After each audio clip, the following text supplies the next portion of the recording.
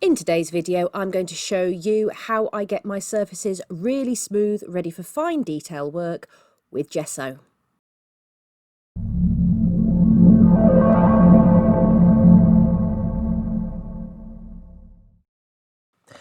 When I'm painting, I like a really smooth surface. I have these canvases at the moment. As you can see, they're not particularly rough, but they're really not smooth either. And the way I like to paint, I like to be able to blend a lot smoother. I like to put a bit of detail in, and so the smoother surface is better. So I am going to gesso it to get the surface as I need it to be. So I'm just using a sponge applicator and I'm applying a generous coat of the Liquitex gesso.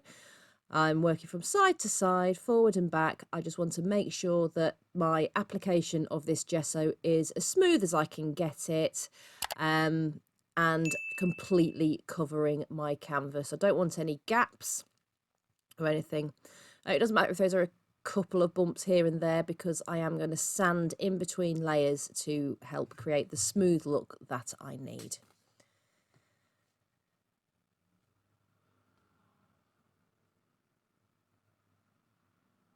And now I'm going to make sure that I get all the edges as well and all the sides of my canvas.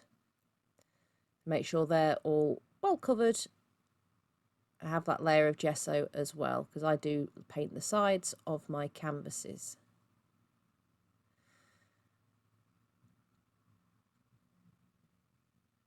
If you're planning to frame this, then you wouldn't necessarily have to worry about going over the sides. I mean, this canvas was already primed.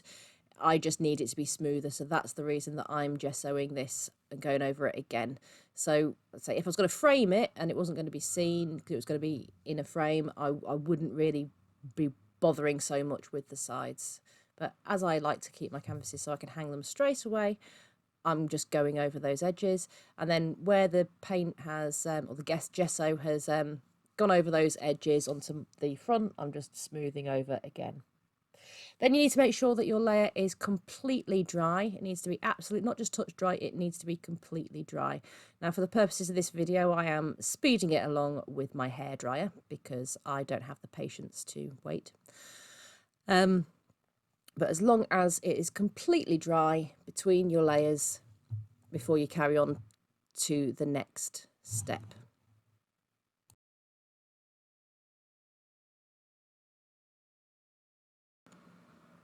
Okay, so just checking now that that is dry.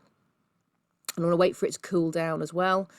And then I'm going to go over with a fine grit sandpaper and work in small circular motions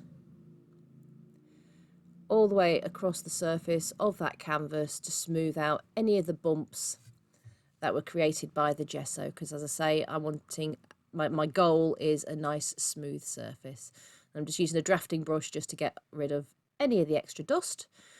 And then it's time for my second layer. Now, I do apply 2 or 3 coats of gesso depending on how rough the surface is I'm trying to smooth out. So again, from end to end, trying to be as smooth as I can with my application and making sure that I don't miss any spots. I want to make sure that I have a good layer of that gesso over that canvas and that it is all completely covered, because I want it even.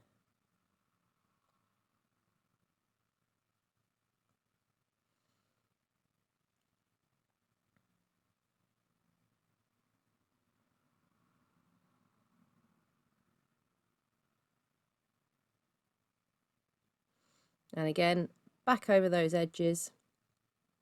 What you didn't see the first time round was I did actually sand the edges as well before I went back over to this stage. So just make sure I'm layering my gesso over the edges, over the front, as evenly as possible, as smoothly as I can.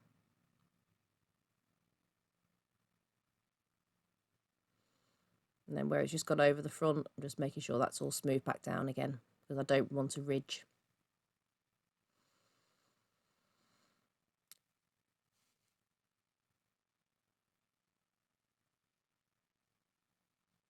Once again, drying that layer off. Again, making sure it's all absolutely completely dry before I go back through and sand it again.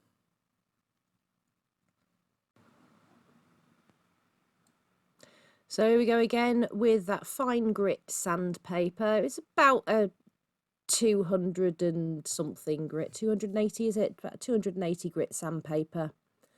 The grit, if you're looking in shops, it will tell you it's for use between paint layers, which is what we're doing. So that's the grit that I use. Normally the back of the sandpaper will tell you what its best use is for. So it's a 200 and something or other grit. And it's, as I say, the one that's for use between your layers of painting when decorating. And so that's pretty much what we're doing here. I just want nice smooth surface, so nice circular motions so that I don't miss anything. I'm just showing you on a small canvas because that's what I have that needs smoothing out. The same steps do apply if you're using a bigger canvas as well. Again, just checking to make sure that's as smooth as I want it to be.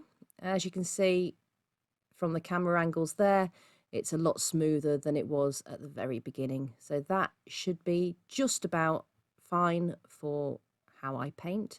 So that is how I gesso a canvas. I hope you found this useful. Thank you all for watching. If you found this video useful, please leave me a thumbs up. I post new content every Thursday. If you don't want to miss anything, please press the subscribe button below. You can also press that bell icon. It makes sure that you get notified by YouTube for all new content I post. That's it from me now. Bye guys.